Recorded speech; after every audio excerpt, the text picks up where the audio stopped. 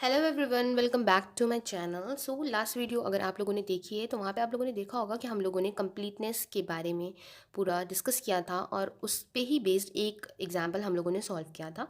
तो अगर आप लोगों ने वो वीडियो नहीं देखी है तो आप लोग उस वीडियो को सबसे पहले जाके देखिए। उसका जो लिंक है वो मैं डिस्क्रिप्शन बॉक्स में डाल दूंगी या डायरेक्ट मैं स्क्रीन पे दे दूंगी, वहाँ से आप उस वीडियो को चेकआउट कर सकते हैं। उस वीडियो को आप लोग देखोगे तो ये एग्जाम्पल्स आप लोगों को ईजिली समझ में आ जाएगा। तो देखिए इस एग्जाम्पल को पढ़ते हैं। Let x1 x2 xn be a random sample from binomial 1, p। तो ये आपका कोई भी रैंडम सैम्पल है बाइनोमियल डिस्ट्रीब्यूशन से जिसका पैरामीटर आपका क्या है 1, p है। तो यहाँ पे आपको शो करना है x1 minus x2 is not complete, ये आपका कंप्लीट नहीं है। But t is equals to summation over i x i, मतलब कि sum of these random variable, ये आपका क्या है कंप्लीट हो जाएगा। तो सबसे पहले मैं आप लोगों को ये चीज़ करके दिखाती हूँ। तो देखिए यहाँ पे हम लोगों ने अगर आप लोगों को याद हो कंप्लीट ने, अगर कोई भी स्टैटिस्टिक आपकी कंप्लीट है उसको प्रूफ करने के लिए आप लोगों को यहाँ पे एक कंडीशन दी हुई होती है, एक्सपेक्टेशन ऑफ दैट स्टैटिस्टिक या फिर उसका फंक्शन जो है वो ज़ीरो आ जाता है। तो यहाँ पे अगर मान लेते हैं कि ये आपका कोई भी स्टैटिस्टिक है या उस स्टैटिस्टिक का फंक्शन है वो ज़ीरो आ गया है यहाँ पे, एंड जो ये इस फंक्शन की ज़ीरो होने की प्रोबेबिलिटी होती है वो 1 आनी चाहिए। तो ये दो वहाँ पे एक कंडीशंस थी कंप्लीट होने के लिए। तो यहाँ पे आप लोग को क्या दिख रहा है कि यहाँ पे आपको जो स्टैटिस्टिक दी हुई है वो x1 माइनस x2 है। तो यहाँ पे हम लोग लेट कर लेते हैं t is equal to x1 minus x2। तो अगर हम लोग इसका एक्सपेक्टेशन निकालें, देखिए आप लोग ये कर सकते हो कि x1 माइनस x2 का डिस्ट्रीब्यूशन पहले निकालो। बिकॉज मैंने जब पेपर 1 पढ़ाया है तो वहाँ पे मैंने आप लोगों को बताया है कि x1 minus x2 x1 plus x2 कैसे ट्रांसफॉर्मेशन करके हम लोग डिस्ट्रीब्यूशन निकाल सकते हैं। तो वो आप लोग प्लेलिस्ट में जाके चेकआउट कर सकते हो। और डायरेक्टली यहाँ पे हम लोग देखिए दोनों तरह से ही निकाल के देखेंगे। तो अब देखिए यहाँ पे अगर हम लोग इसका एक्सपेक्टेशन लेते हैं, expectation of t is equal to x1 minus x2। तो यहाँ से आप लोग देख रहे हो कि ये हो जाएगा expectation of x1 minus expectation of x2। तो आप लोगों को पता है कि एक्सपेक्टेशन ऑफ x1 हमारा p आ जाएगा, बिकॉज x1 है वो आपका किसको बिलोंग कर रहा है, बर्नौली डिस्ट्रीब्यूशन 1, p को। तो यहाँ पे मीन इसका p हो जाएगा, देन माइनस इसका मीन भी p हो जाएगा। तब जब जब ये दोनों कैंसिल आउट हो जाएंगे तो इसकी वैल्यू आपकी क्या आ जाएगी, ज़ीरो आ जाएगी for all p belongs to 0, 1। Because p है वो आपका 0, 1 को ही बिलोंग करेगा।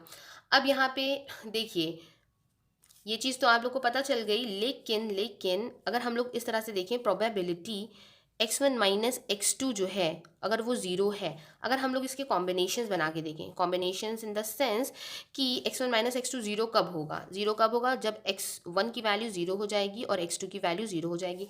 अगर हम लोग यहाँ पे देखें x1 x2 की वैल्यू ज़ीरो रख रहे हैं तो यहाँ पे देखिए इसकी वैल्यू क्या आ रही है, ज़ीरो आ रही है। या फिर सेकेंड कंडीशन हमारी क्या बनेगी, जब x1 की वैल्यू 1 हो जाएगी और x2 की वैल्यू भी 1 हो जाएगी तब भी हमारा ये जो चीज़ है ये ज़ीरो आ रही है। तो यहाँ से अगर हम लोग x1 की वैल्यू 1 रखें इस बर्नौली डिस्ट्रीब्यूशन में और x2 की वैल्यू भी 0 रखें इस बर्नौली डिस्ट्रीब्यूशन में, तो देखिए सबसे पहले तो इसका हम लोग यहाँ पे PMF लिख लेते हैं। तो वो हमारा क्या हो जाएगा, p to the power x then q to the power 1 minus x. Okay, तो यहाँ पे देखिए अगर x की वैल्यू हम लोग 0 रखते हैं तो x की वैल्यू 0 रखेंगे तो ये तो 1 हो जाएगा, बट यहाँ पे x की वैल्यू 0 रखेंगे तो ये हो जाएगा 1 माइनस p। अब x2 की बात अगर करें तो x2 भी क्या है आपका, x2 का भी जो आपका PMF होगा वो यही होगा। तो यहाँ पे जब वैल्यू रखेंगे तो देखिए 1 माइनस p का स्क्वायर आ जाएगा।